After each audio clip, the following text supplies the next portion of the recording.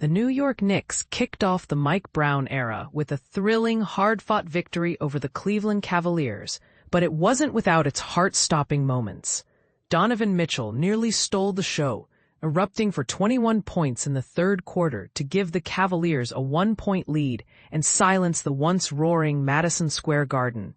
It seemed like Brown's debut might be derailed until the Knicks reminded everyone why they're a force to be reckoned with. And this is the part most people miss. It wasn't just one player who saved the day. It was a complete team effort. The Knicks opened the fourth quarter with a blistering 14-2 run, powered by four different scorers, and reclaimed control en route to a 119-111 win. Mitchell? He managed just 2 points in the final frame. For much of the game, what was billed as a showdown between the Eastern Conference's top two teams felt lopsided. The Cavaliers leaned heavily on Mitchell's superstar talent, while the Knicks showcased a balanced, cohesive unit built around Jalen Brunson. But here's where it gets controversial. Is a single superstar enough to compete with a well-rounded roster?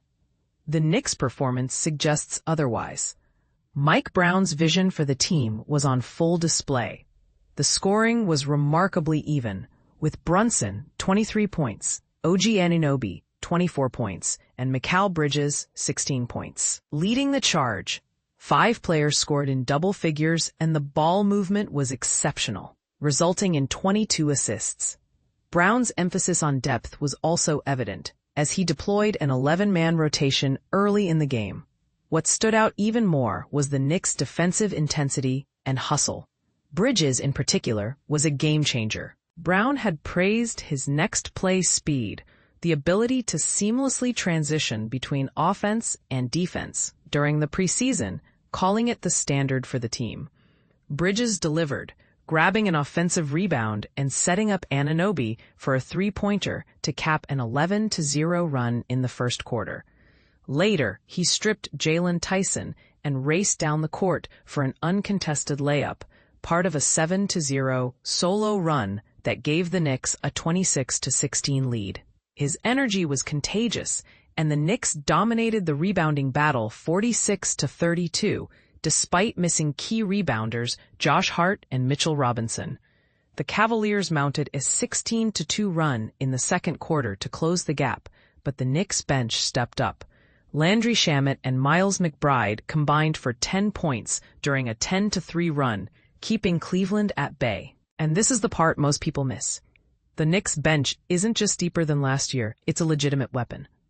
Tyler Kolek looked capable as Brunson's backup, while Gershon Yabusele, Jordan Clarkson, and even Trey Jamison III contributed meaningful minutes. Ariel Hukporti, starting in place of Robinson, held his own in the paint. As a whole, the Knicks bench outscored the Cavaliers 35-30, proving that Brown's focus on depth is paying dividends. The win wasn't just a statement. It was a blueprint for what this team can achieve. Brown passed his first test with flying colors, but the real question remains. Can the Knicks sustain this level of play throughout the season? And here's a thought-provoking question for you. In today's NBA, is a superstar-driven team or a well-rounded roster the better formula for success? Let us know your thoughts in the comments. This debate is far from over.